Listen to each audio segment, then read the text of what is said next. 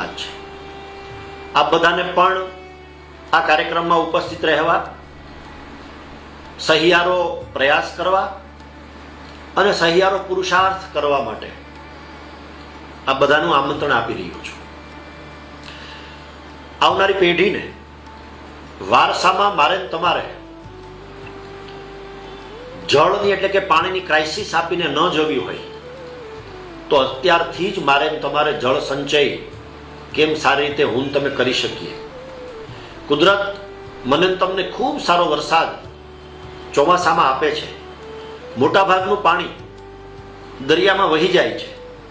એટલા માટે દરિયામાં વહી જતું પાણી અટકાવવા માટે, નાના મોટા ચેકડેમો બનાવવા માટે, બોર તથા કૂવા રિચાર્જ કરવા માટે અને હયાત તળાવો ઊંડા કરવા માટેનો ભગીરથ પ્રયાસ આપણે બધાએ સાથે રહીને કરવાનો છે.